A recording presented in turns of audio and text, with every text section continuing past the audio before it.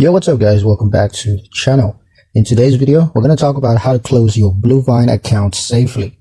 It's going to be a quick video. We're not going to waste too much time on this topic. Just going to give you guys a very quick step-by-step guide on how to get this done. So let's get into it.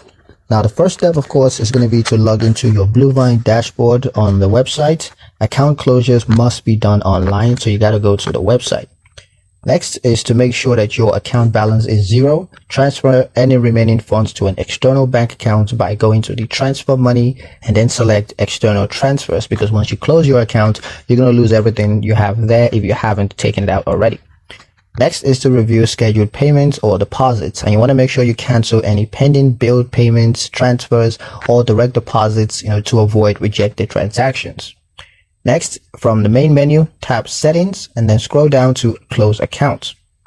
Step 5, confirm the reason for closure and then submit your request. Bluevine may ask for final identity verification before going ahead to complete the closure. Next is to check your email for confirmation. Bluevine will send written notice once the account is officially closed.